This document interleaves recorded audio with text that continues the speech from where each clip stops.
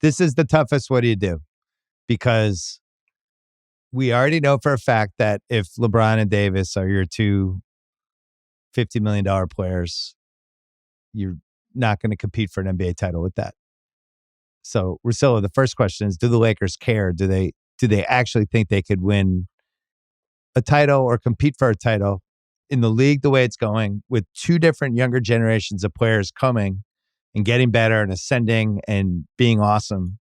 And you're just going to be a year older with LeBron next year. You got an incredible health season from Davis, and none of it mattered, and you got bounced in 5. What would make you think that there's a magic fix? Would be my first question. And then the second one is, do you care because you just want to sell out the Staples Center / crypto? I think having LeBron around and playing as well as he did this past year, being relevant, is a much better option than being irrelevant and feeling like you're going to have to get in front of it. Like, they should get in front of it. They should say, okay, we need to pivot off of this. We can't have it be, it's going to be a circus, I think, even more and more with him at the end. Like, I think, so wait, if we don't make a trade next trade deadline, like, you're going to do the same stuff, the passive aggressive stuff that he loves to do. I think he's going to get like more insufferable with it as he ages. So I don't know that I'd really want to sign up for that. I'd love to go to him and be like, hey, can we not pay you the 160? Is there any way that 3 years from now, there's not a number that destroys us, even though you've done what feels like is impossible for a player at your age? Can we not have 3 years from now be this massive cap number that maybe destroys everything that we're trying to do? If he's not willing to play ball with that, you probably still re-sign him. I don't know if that means that his son also has to be drafted.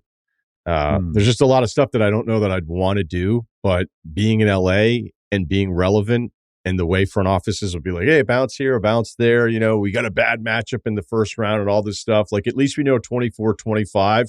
Like, we probably have a pretty illusion of hope. Right. Yeah. We have a pretty good team, and we'll have a better coach and a tweak here and a tweak there. We're not playing Reddish, and we're not doing Jackson Hayes things, and we get better depth there. Like, that's what teams are going to end up doing with every one of these scenarios. We were all here in the mid-2010s when they were not relevant. Like when that 2014 season, 15, 16, they were and everyone's like, the Clippers are going to take over. It's going to be the Clippers' time. Didn't even come close to happening, and people still went to Laker games. So in some ways, it's like Fenway Park and the Red Sox, where they're like, hey, our team sucks now, and people are like, cool, I still like going and drinking beer and sitting in the stands.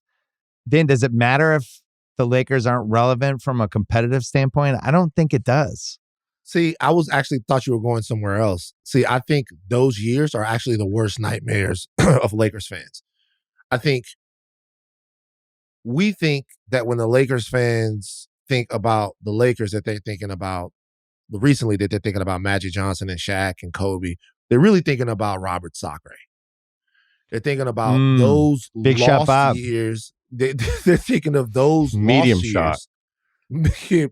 Those lost years, and how Jody they're Meeks. thinking about Jody Meeks, Andrew Gowlock, like all of those guys. They're thinking about those years. And if you push them, they'd rather be right where they are right now, between an 8 and a 6 seed with LeBron James and Anthony Davis. They would really rather have something dramatic to and the complain illusion about. of hope. Oh, we might The get DeJounte illusion Murray. of Oh, hope. Jimmy Butler might come. Trey Young, whatever it is. But that's the thing. Somebody, Is like, now they're better positioned. Sorry to jump you, Van, but like, as we're talking all this out, we should have led with, there's still a really good opportunity with the assets now to make some kind of impactful trade where it's like, why would we even think of breaking this up? We added a real third piece beyond D'Angelo Russell, who, again, was terrific in the second half of the season. So go ahead. And awful in the playoffs. And awful in the playoffs. And the coach got blamed for everything somehow, which we haven't talked about. Yeah, which I'll get to that. But like, there at least has to be a circus to go to. Right? There has to be a circus that happens. There has to be a circus. It feeds everything. It feeds the LA media machine. It feeds what's happening on ESPN radio. It feeds all of that. When there's nothing to talk about with the Lakers, we're talking about 14, 15, 20 wins.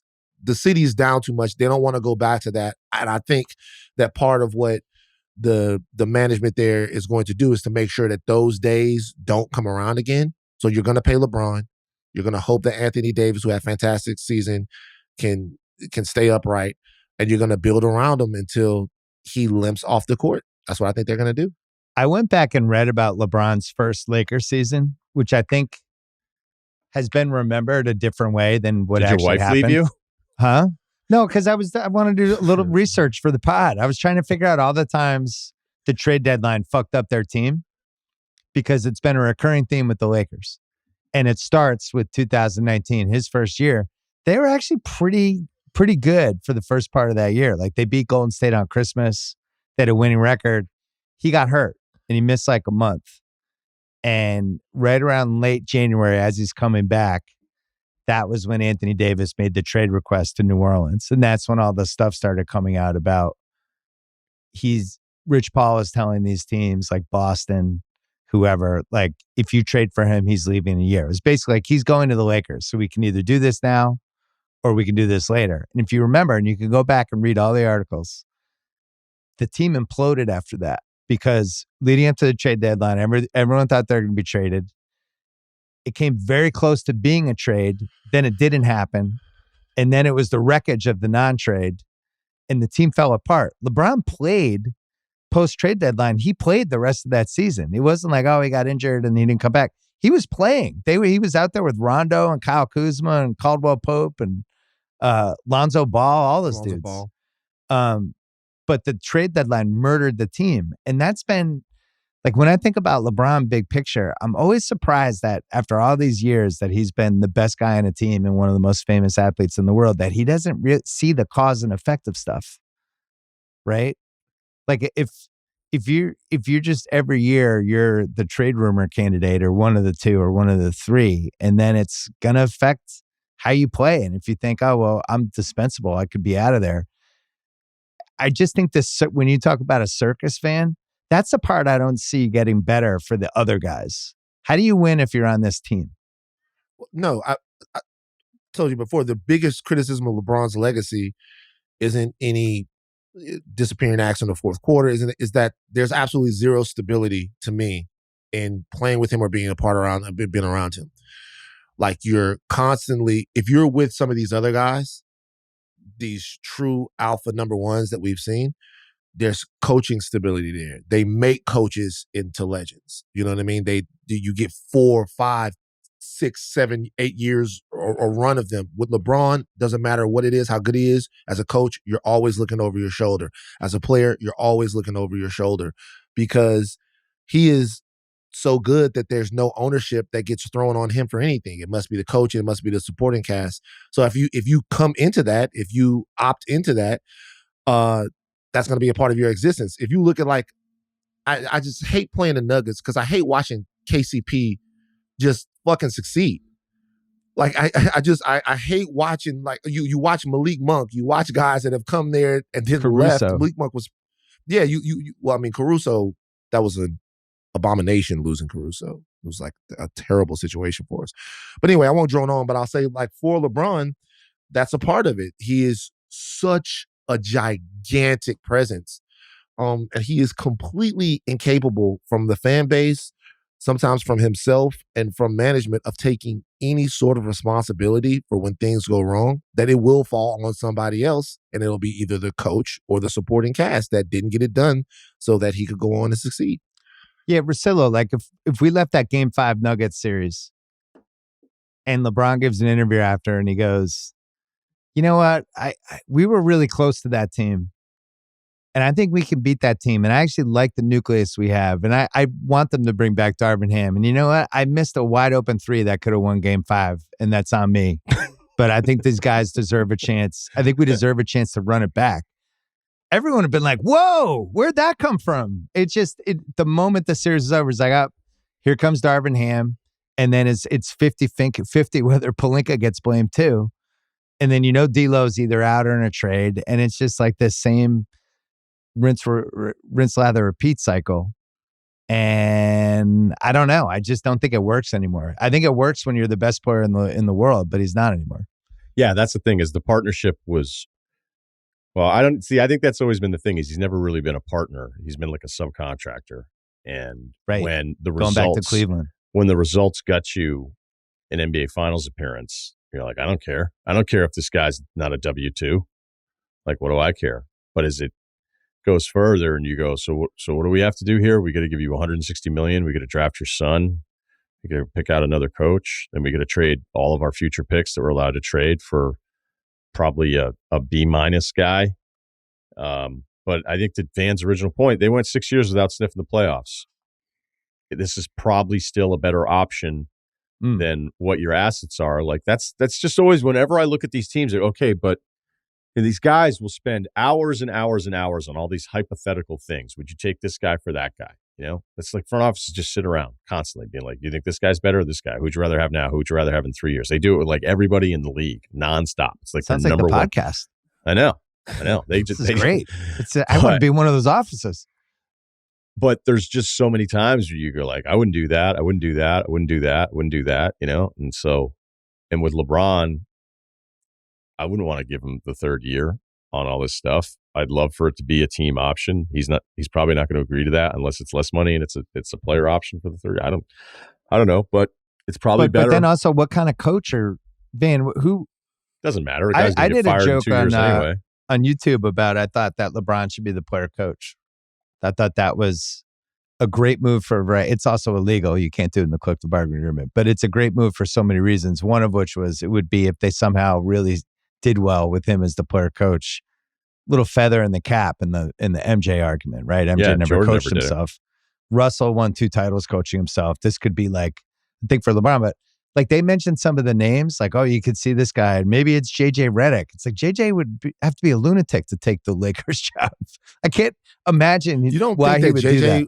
You don't think JJ would take the job in a second? How much money? Is it like a crazy amount of money? They could have wine and talk about, Ram screens. I think he's set up to fail with that job because he's got the pre-existing relationship with LeBron. How are you going to coach him at that point? And also, who am I coaching? What's my style going to be? Like, who is the right coach for this team? I have no idea at this point. Russillo, who's the right coach for them? How many coaches could actually take that Lakers roster and do well? I thought Vogel did a good job in the bubble. And within a year, he was fucking out. Darvin Ham, I didn't think he was a very good coach. I don't think he was better or worse than 20 guys I watched during the season. He did some weird shit. I thought some of his rotations were weird. End of the games, I wouldn't say he was Mr. Adjustment, but I don't think he's the reason they underachieved. I thought they properly achieved. I found the Vogel one really frustrating because it was like, as soon as things started going south, you started hearing we're starting to learn Frank isn't that great of a coach. You're like, all right. Yeah. Like, are you serious? He won the title. Like, really? And then it's like, okay, now we get Darvin Ham in here. Yeah. So it's not even about like what I thought about Ham this year, because I think there's probably a lot of stuff you could point to with his rotations, the timeline of like, hey, you tried this guy too much, you went with this guy too long. But it's also something to be said of like the front office.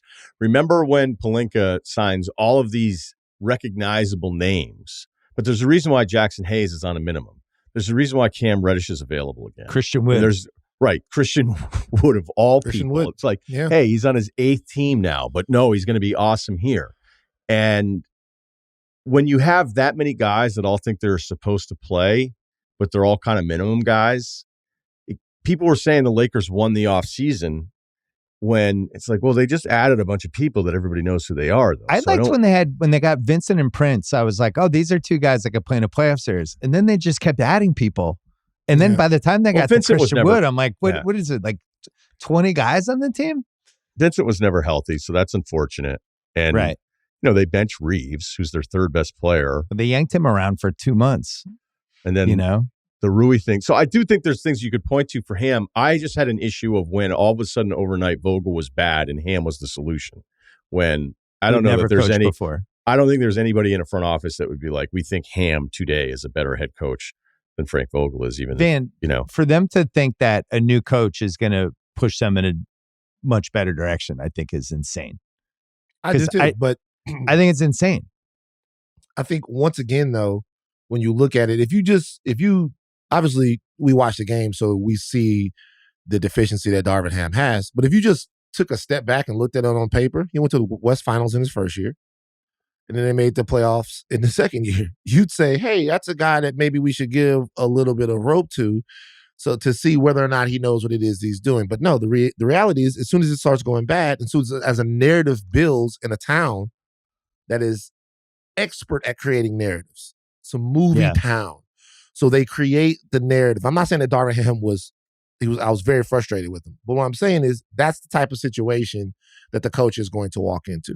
He's going to walk into a spot where your star player is in a lot of ways infallible, to where the roster is built to suit that player, and to where when everything goes wrong is going to be your fault and what you're not doing right and how you're not getting it right. So as far as a coach that can handle that, the only reason why I joke about the JJ thing is because you'd almost need someone that didn't have much, that had a lot of tread on the tires.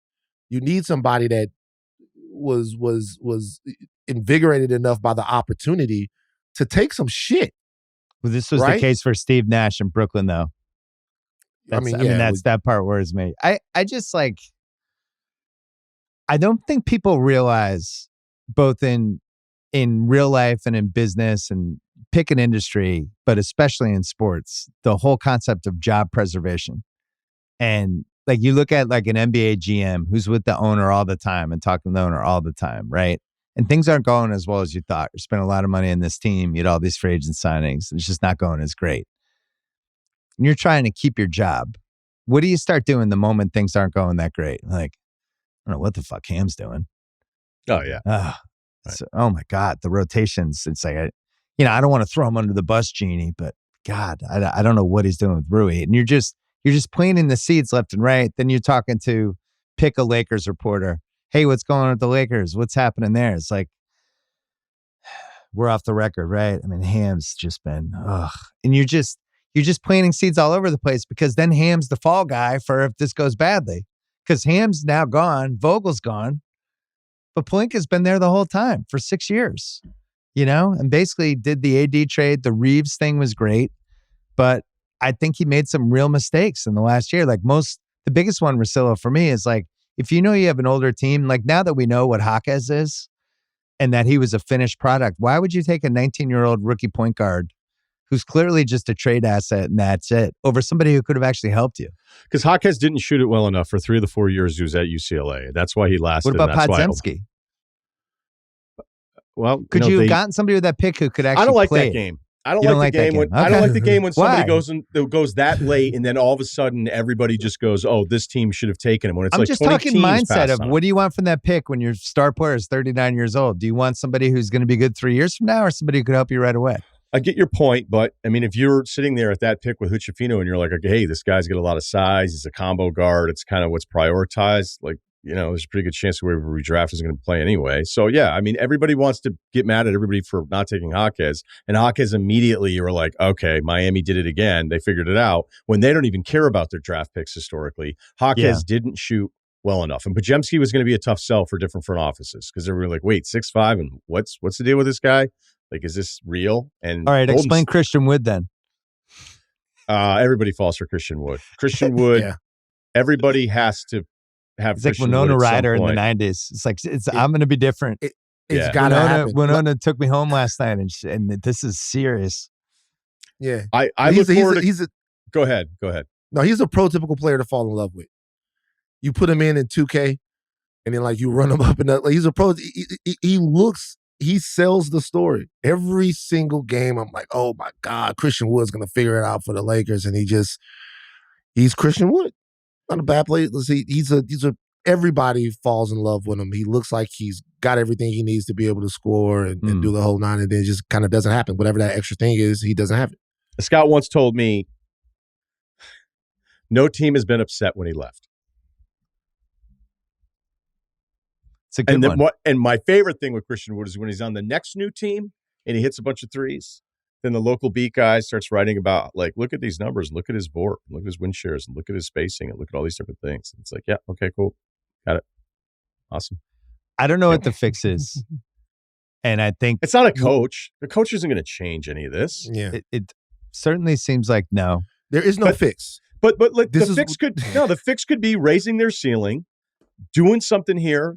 They're probably going to package all the picks up. If they do the LeBron signing, which they're probably going to do, because I do think he wants to go here, despite the flirtation with the other places, unless he decides he just wants to play for less money, try to get a 5th ring. But I think he really wants to be in LA still. There's a lot of stuff that those guys are doing. There's a whole reason coming out here in the first place. And, if they're going to do that, then probably means they're also going to trade those picks. And maybe they trade their picks and it gets worked in a way with Clutch's power where all of a sudden it's like, holy shit, like they got that guy. Like they got the advantage because they talked one of the players that they have a great relationship into the same way that AD ended up with the Lakers. Like maybe there's this next piece that we're not even thinking about that makes the Lakers like, hey, the LeBron investment thing, just stay with it because that's a hell of a lot better. Maybe fighting for best case scenario, 5 or 6 seed in a stacked West. That's better than the unknown of getting aggressive with overhauling it and moving on from him. That's the fix. The fix is a narrative change. The fix is not Lakers championship or bust team. The fix is Lakers. Are we Sacramento? That's the fix. The fix is the fix is the Lakers come out and have fun at crypto. And it's LeBron. That's the fix. The fix is a change in what you think. Because it's like you look at Denver and you look at Oklahoma City and you look at, it's not going to happen. It's over. Denver, OKC, Minnesota, and Boston with young, deep, awesome rosters and star players in their prime whose arrows are pointing up or are at the peak of their powers. It's over. And it's going to be about 3 years that Wemby going to be putting in it. That could be 1 year. It's going to take at least 3. They got It could be 2 years. So you're saying the Lakers are basically like Yellowstone season 11. Absolutely. The Lakers are like everything else in LA. A lot of fun. A money grab. Right. It's like everything else in LA. It's a lot of fun. But the Lakers are the current state of the MCU. You just hope you get a good one. But you know things aren't going the way you want them to. You know what I mean? So just have fun watching basketball because I think the championship aspirations of this iteration of the Los Angeles Lakers, I think they're pretty much over. And just marvel at watching LeBron doing what he's doing at his age. But the whole town gets girded up over what could happen when this was a playing team. Well, they don't have their pick next year because I think New Orleans is going to pass. They have that pick between 24 and 25. Yeah, so but that was the thing is once they knew what New Orleans was doing, then they have the freedom. So it wasn't so much of like, hey, they're trading that and they're not going to be tanking and being like, you know what, it's a reboot, great draft. We're going to trade everybody. Most of these teams that we're talking about, like they actually can't even tank on top of everything else. Yeah, they figured out how to kill tanking by having every team trade 5 of their next 7 first-round picks across the board. Yeah, there's 2 things. One, I don't know why somebody would want to coach this Lakers team unless it was just an absurd amount of money. There's no other reason. Well, and let's just not rule out, like, if you're throwing out the JJ Redick thing, like a lot of athletes, like, the Lakers are asking you to be the head coach of the Los Angeles Lakers. That's a tough thing to say no to. So everything that we just talked about, like all valid stuff, but that moment of like getting off the phone and turning to your wife and being like, right now I can be the head coach of the fucking Lakers. There's just a lot of people and I'm going to get fired in 2.5 years. By the way, we're moving to LA.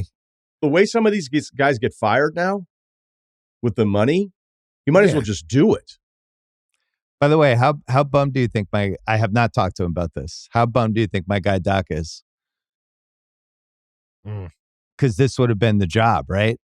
Do TV for a year, slide right into the Lakers, stay in LA. Would have been perfect. Instead, he goes to Milwaukee. Injuries galore. Didn't work out. I don't know. Did not work out. But look, I'll say this. Being the coach of the Lakers, it raises your profile for everything else. Dude, really? Because I saw Luke Walton on the Cavs bench. He was like Cavs assistant number 4 with a sad look on his face. So I don't know. Not positive that's true anymore. But if Luke Walton wanted to go do TV or if there were other interests that he had, his time as a Lakers coach would be certainly an asset in that other type of career. I'm not sure. The only thing that success is what breeds. He also had a tough stint up north. So all of that stuff goes into it with Luke's career. You brought up Luke. That's Dan, can you give us a sense, big picture, where LeBron stands in the Lakers fan base from a beloved Lakers standpoint, given some of the competition with the big names? How do they feel about him? Anecdotally, when you have a bunch of Laker fans in your life, including our guy Jomi, how are they feeling about LeBron as he heads into his 40s? I can't really speak for them because I think once you put on the purple and gold, a lot of I think the Lakers fans fall in line. I do still think the specter of Kobe Bryant looms large over LeBron James's legacy in Los Angeles.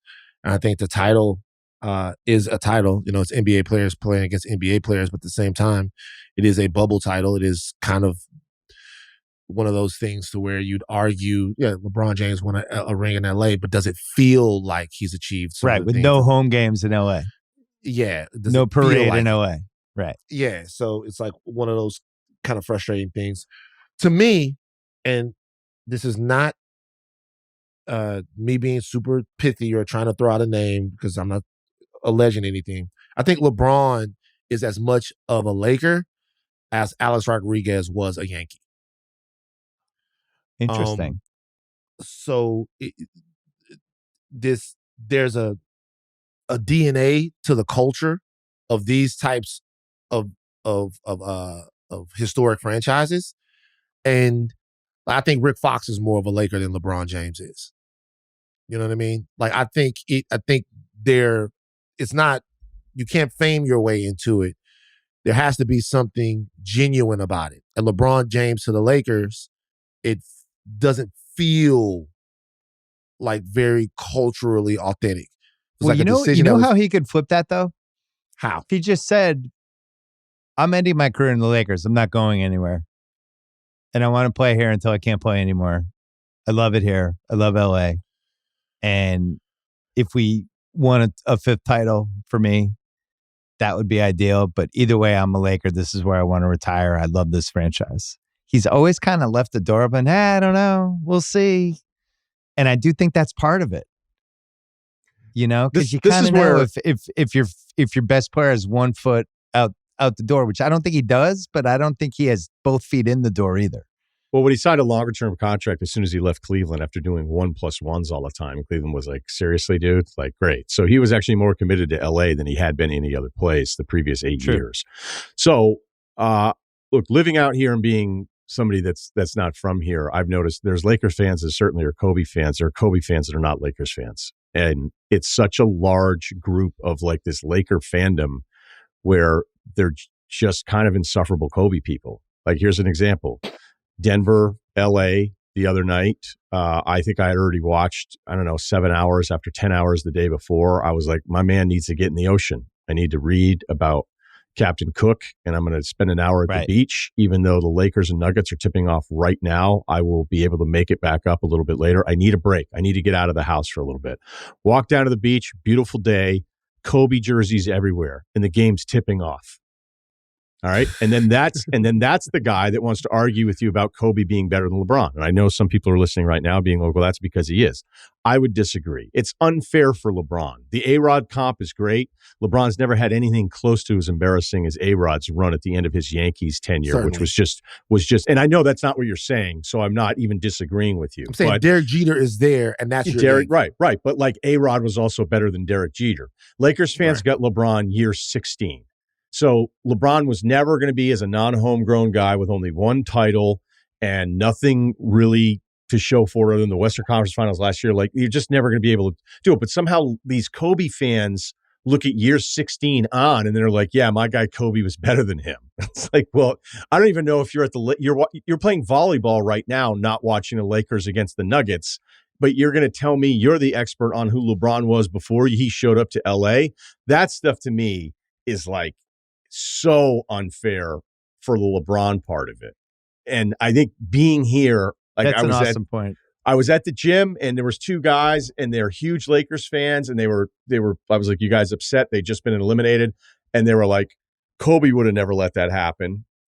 And I went, yeah, he might've been swept. Like, seriously, guys? So this is Like, what I'll say. are you serious? And that's how those guys feel. And again, my opinion is different. I get it. This is what I'd say though. Number one, I don't think LeBron cares that much about where he falls into the Lakers' lore. I think the move here was I don't think he cares at all. I don't think he cares. Yeah. So Kobe it's unsolvable. First of all, you want to talk about the Jordan LeBron thing. The more decided factions are the Kobe LeBron ones. Yeah, he lost that already. There's no way he wins that. Like Kobe was at least able to make us feel like he desperately cared about being a Laker and everything that came with being a Laker, even though he flirted with going other places as well and strong-armed the organization and the whole nine. Yeah. LeBron's move out here was very calculated. It was very calculated. So the only thing that would endear him to Lakers fans would just be straight up dominance. It would just be straight what happens on the court, because he didn't come in, like you say, in the middle of his prime. He came in at the end of it. So it was like, okay, for LeBron to become a Laker, he's going to have to put up wins and championships and do all of that stuff. And the frustrating thing is he kind of did, but it doesn't feel like he did. He is a Laker, but it doesn't feel like he's a Laker. You got him year 16. The season he just had, the Western Conference Finals, there was a gap. But you also got a title. And this, you know how much worse this could have gone? Do you know how bad? And if LeBron doesn't come here, by the way, AD doesn't come here. So, right. They couldn't get any free agents anymore. I mean, they did give away all of their picks and assets for like 10 years, basically, for that. Brandon Ingram. But they got a title. Was it too much? No, we should revisit Lonzo, that trade. they gave 5 first-round picks. Josh Hart. Like, there was a lot of people in those trades. Lonzo. To be signing on to LeBron in 2018 and get this, like, step back and have more perspective on what this was. This was a massive success. And, there's just going to be people going like, he's not Kobe. It's like, all right, cool. The COVID year took so many basketball victims from I feel the same way with the Clippers. Like, we were headed, remember we were doing podcasts because we had just started picking up again. And it felt like Lakers versus Clippers. Finally, this is happening. And that was probably the best, healthiest version of the Clippers that we've had. The Lakers, they're both playing great. They're probably the 2 best players in the league. And it was just heading that way. And then all of a sudden we're playing a bubble. And that's how we decided this season. But I do feel like that was a piece of this because LeBron was awesome that year. You know, and the team was really good and they were fun to watch. And I think he needed one season where the team was awesome and they win. And then maybe he becomes a Laker in a different way. I think he still is. The scoring record helped. But when I go to the games, I'm always surprised by the Kobe jerseys compared to everybody else. It's like, it's noticeable. But once again, I don't know that, I guess you could say the Cavs. I don't know if LeBron James has almost transcended connection to a team. Right. He's his own team almost. He's his own thing. He's transcended that. Like, LeBron James is a Cleveland Cavalier. There's some stories. LeBron James is a Heat. There's some things there. It's kind of a whole mercenary thing. The decision. I don't think that the way he's mapped his career out and the way he's executed it, that he could be a part of any team's culture. He's probably too big for that. Even the Lakers, who have probably the biggest culture in the NBA. I don't think he's a part of. I don't think he could be a part of any of those teams' culture. Or maybe he's a little bit a part of all of them and not just encompassed in all of them. You're right. Okay, you're right. Like, if you wanted the Kobe love, if you wanted all that, then you stay in Cleveland the entire time. But that's not the way he was going to operate. But when I get into whatever disagreements I get with the random person that I see every day, that knows what I do, and they're pissed off about the Lakers, and they're so pissed off about LeBron all the time. And I'm getting back to my original point, being like, do you know how bad this could have been if he didn't come here? Like, do you realize how bad you were doing with free agents? Do we have to go over the history of all this stuff? And he not even getting meetings.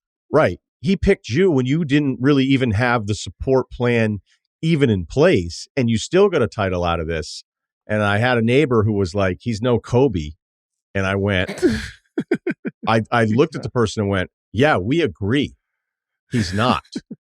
And the person was kind of like, wait, did we just agree, or did he kind of just quietly tell me to fuck off? It's certainly it's a weird basketball situation in the sense that I can't explain it to anybody who doesn't live here. I would have never understood it. I'd be like, just what? Completely ununderstandable. You have to be in it every day and see how beloved Kobe is. And LeBron just has felt like the hired gun for some reason. So then you see stuff like this week and people, this was some of the newspaper coverage about it where people are like, this guy, now there's another fall guy. Like, when is this guy going to have accountability? Now we have to go through this whole dance again. It's been 6 years of it. And I don't know. I'm feeling some fatigue, Van. I get it. Let me tell you how much the recognition of Kobe has meant to me in LA. First of all, I've always been a Kobe guy, big time Kobe guy. But when I first moved out here, it was 2006, and they were telling me about this big black versus Mexican thing that was happening in the streets. All like Eduardo Nahara? You're just in the streets. Okay, I'm in the streets. It was bad. Snoop ended up making songs about it. They had Snoop and Be Real had to come together and make records to get rid of. And so, I move out to Van Nuys, and I'm living in the communities around a lot of my Mexican, Latino brothers and sisters. But I never know how it's going to go. I'm coming from Louisiana. I'm not sure. I don't know what's going to happen. So, some of the brothers, the Mexican brothers out there, they look different. Tattoos and the whole nine and blah, blah, blah, blah, blah, blah, blah. And it's like all in the face and whatever. I'm like, I don't know if they're going to think I'm with somebody and just go in on me. I remember one specific time I'm walking down Sherman Way. It's like 9:30, 10 o'clock at night. And I see somebody. And this dude is out of central casting for somebody that's going to look for the beef. This is one of those motherfuckers that's at the table with Lonzo in Training Day. It's one of those guys. One of the shit pusher inners type of. And he's walking, and I'm getting all, what's going to have to happen? I'm profiling the shit out of this motherfucker. Y'all think I'm so woke, but it happens. And so, like, as he comes towards me, I see something. This motherfucker has a Kobe jersey on. I'm fucking safe. The love of Kobe transcends all cultural lines, all whatever. Everything. When I see him with the Kobe jersey on, I know that there's something there that me and him feel the same about. He walks past me and I go, Black Mamba. He goes, Black fucking Mamba, S.A. Walks down the street. We're dope. That's how much Kobe meant to this town.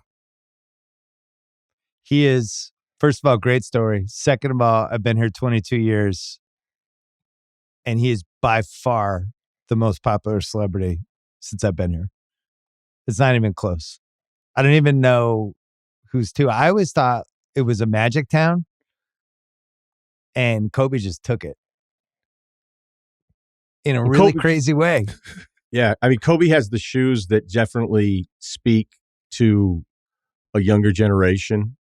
I don't see people kicking LeBrons around as much. I mean, the Kobe thing, when you turn on an NBA game, half the players are wearing his shoes. I mean, I think that's like a remarkable carryover for his legacy. But I couldn't help but think about you, Bill. I couldn't stop thinking about home in Massachusetts, where when I walked down to the beach minutes before a Lakers playoff game was about to tip, and just Kobe jerseys everywhere. And I went, you know what I wouldn't see in the Charles River minutes before the Garden was about to tip off? A bunch of bird jerseys and guys outside going like, yeah, I know I like the Celts, but I'm going to miss tonight's playoff game and get some rowing in.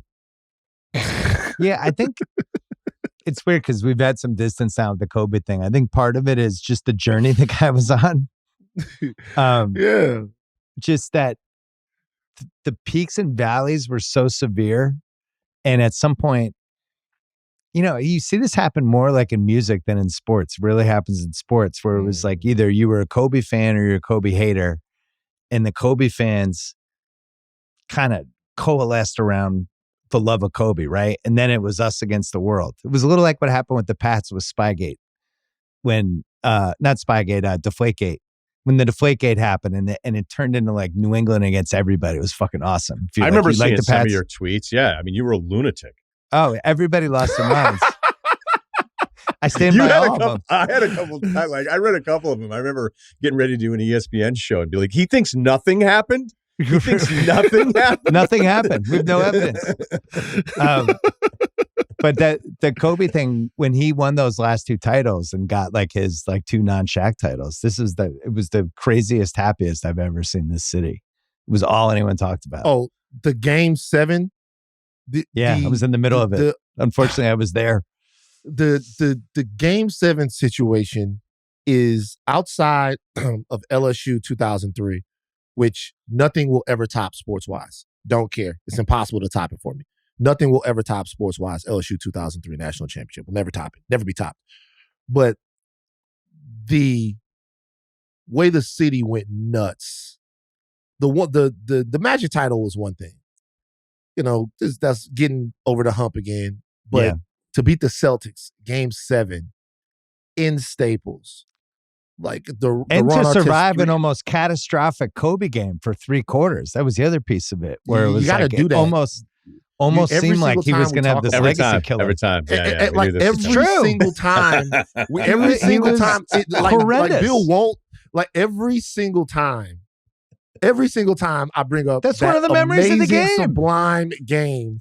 Bill must shit on the 6 of 24 situation. You do it every time. I'm not shitting on the fourth quarter because he was one of the reasons in the fourth quarter he started going to the basket. He was rebounding and he just, the will. But the first 3 quarters was the reason they were in that mess in the first place. He was bad. He was trying to be the hero of the game. Everyone was screaming on the streets. The whole city was together. And like those are the type of moments that you deliver those and that's it. The Lakers, and that's the thing. Unless you're Kurt Schilling. Then you're set. I remember the first year I moved here in the playoffs. It was the 2003 playoffs for my first playoffs, and like around April, driving around and there were those Laker flags all of a sudden. Like, what the fuck? What? What are these? Why is everything? And it just like all of a sudden it became like Boston because the LA is such like a disconnected town. There's all these different teams. But then in the playoffs, you could really feel it. And then Kobe brought that back. And I don't know. There's just something different about LeBron. I don't think it's his fault. It's just the way it is. It's the DNA thing you mentioned. There's no way if it were reversed, if LeBron were drafted out of high school, won 3 championships with another guy, then got his 2 solo ones, and then he was no longer. It all happens with him. Right. Yeah. And if Kobe, like, no one would be making that argument. But there's... Well, I think we've covered this. Yeah, we have. I can't imagine any other angle that we haven't touched on yet. So